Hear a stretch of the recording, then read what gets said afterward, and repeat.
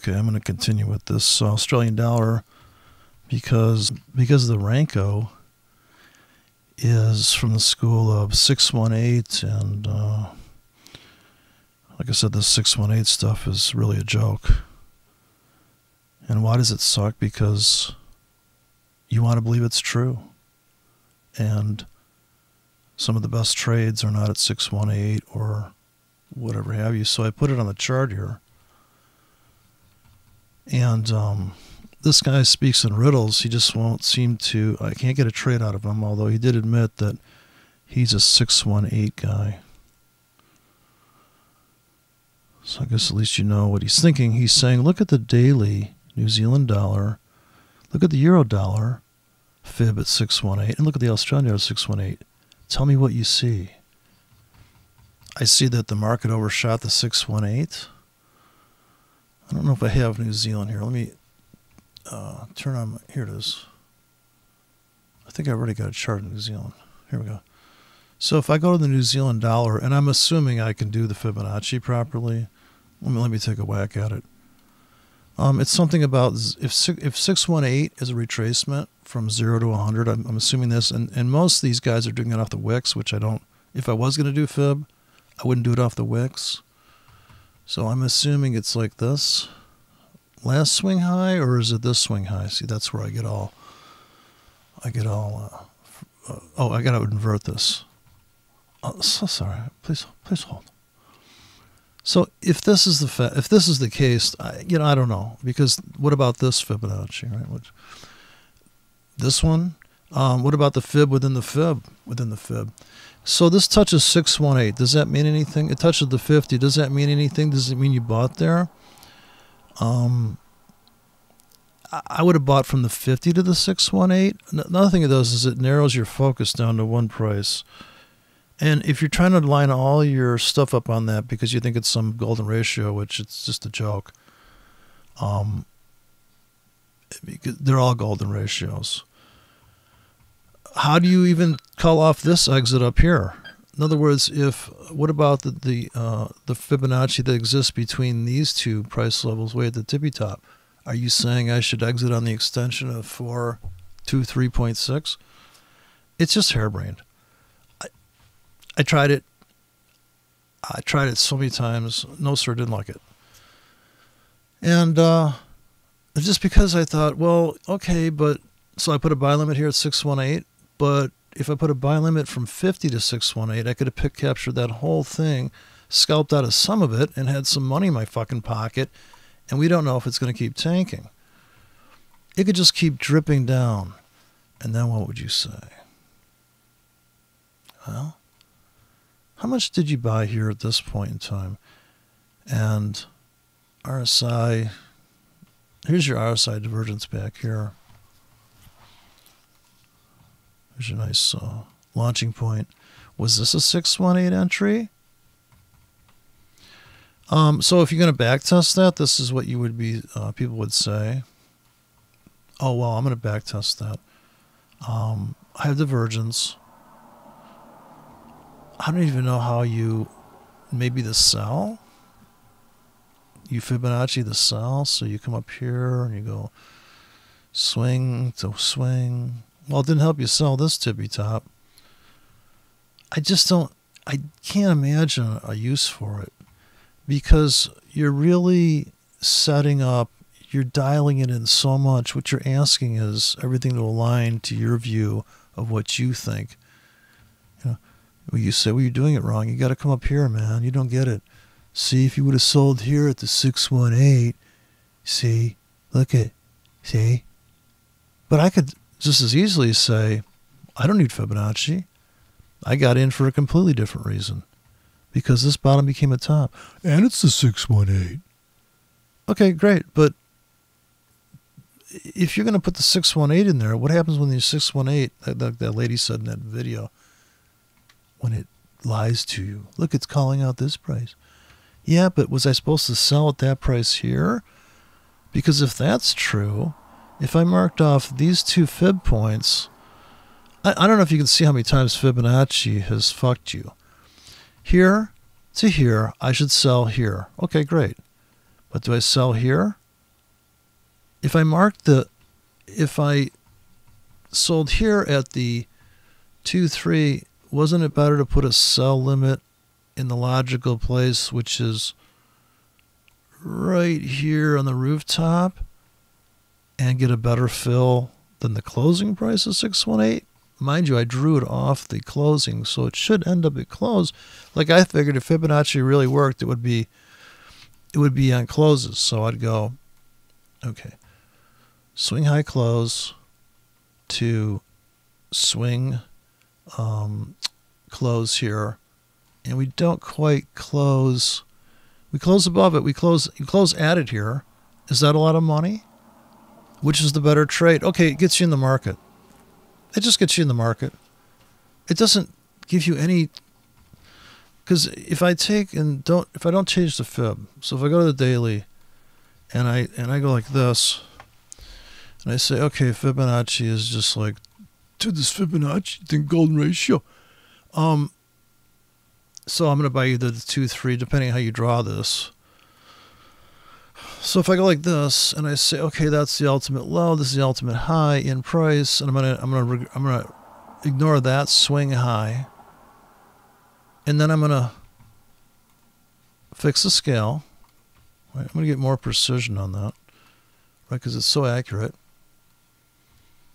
And then I say, I bought the 618. Did I buy the 50 and cash out at the 38? Did I buy the? I mean, that's just one trade. Well, that 618 works out really good. Look at that. But what's really going on? I gotta get rid of this fucking.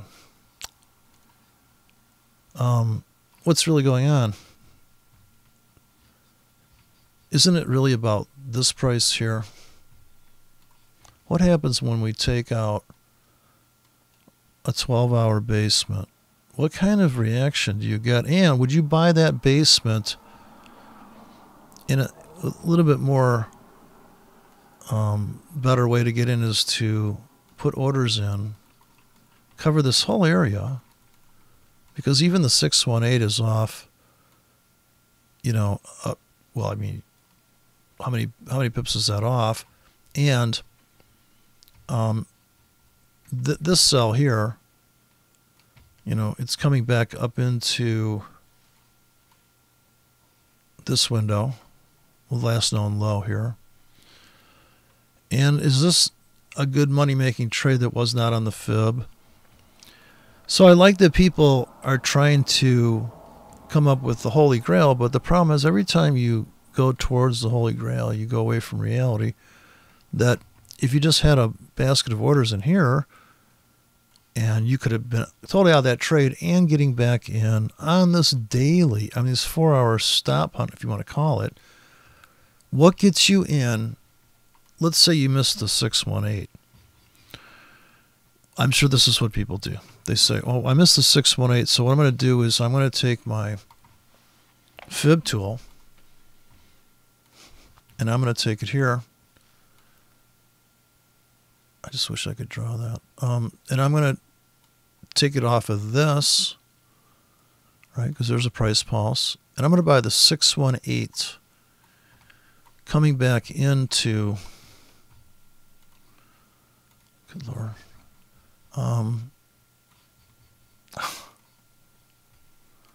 oh, I'm just going to die with this fucking tool. Okay, I deleted everything. See, the problem is when you mouse over it, it looks like it's on.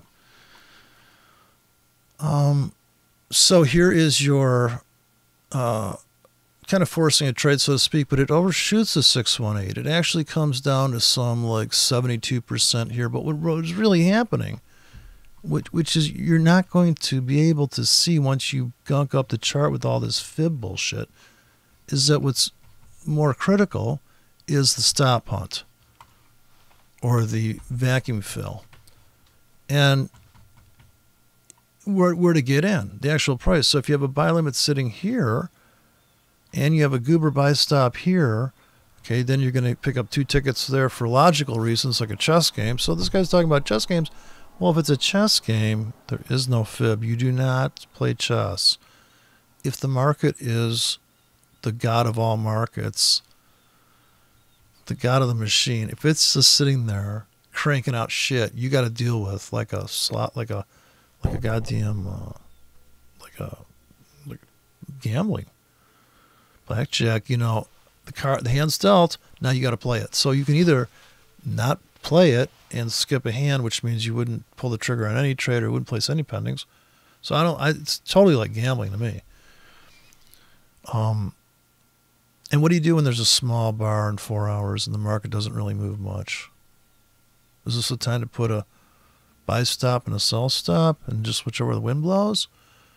I suppose so the people that do ciphers and Gartleys, it's like when you buy a pink car, you see pink cars everywhere because you're really focused on it. It's that kind of stupid thing.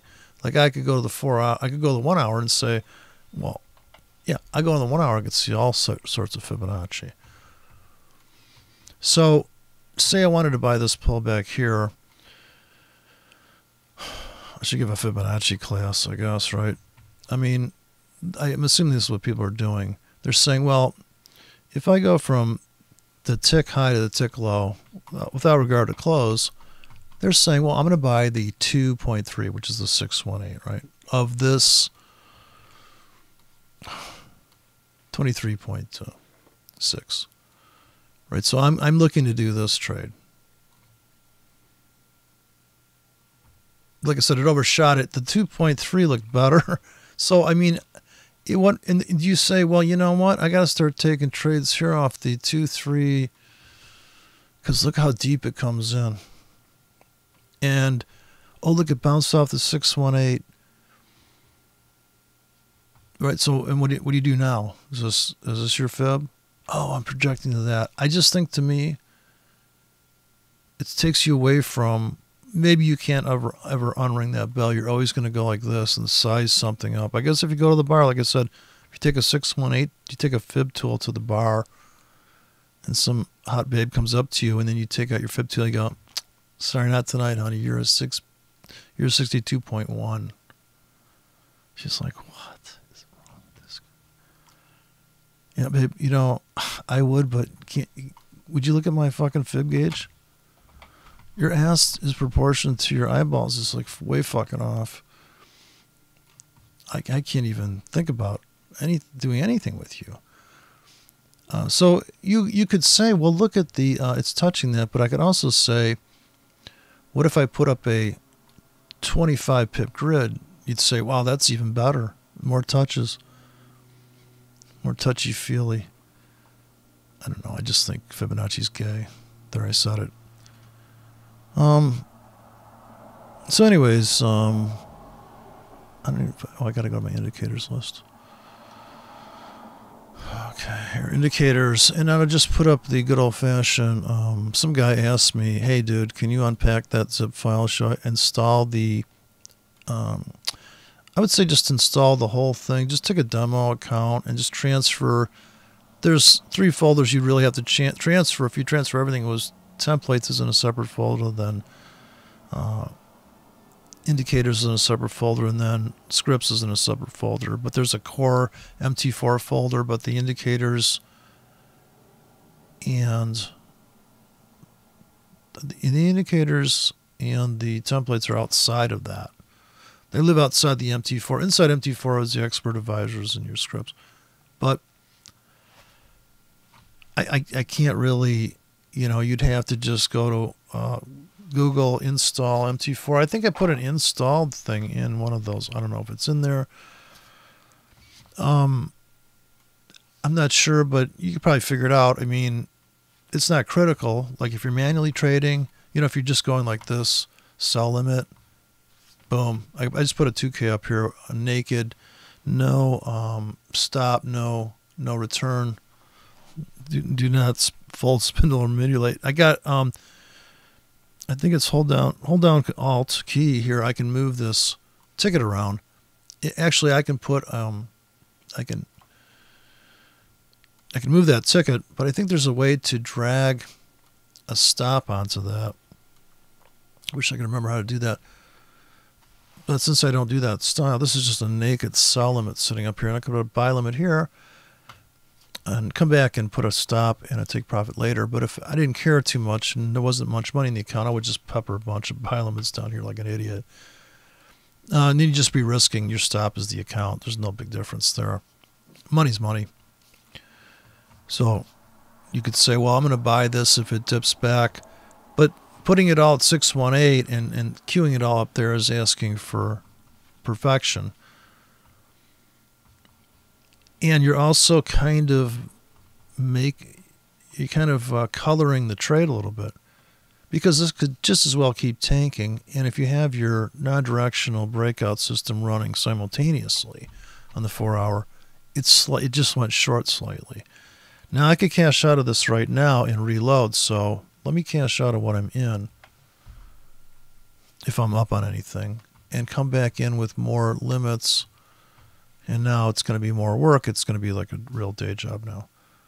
And that would be the problem. That's why people want a robot. So I'll come in with more limits to buy if it comes down to and I could rebuy at the 618 and then claim, oh, look at 618 was a great place to get in right around 618. But why 618? Because of the golden ratio instead of 62. See, on the monthly, all perspective of that is kind of like wiped. The monthly is severely in a downtrend. In fact, on the monthly, it looks like about ready to crash through and go to hell, which is totally possible. When I put the video up that I'm saying buying it, I'm just, okay, let's see what happens. I think it could go up a little bit, but maybe in the end, it's doomed. Anyways, there you go. Fibonacci.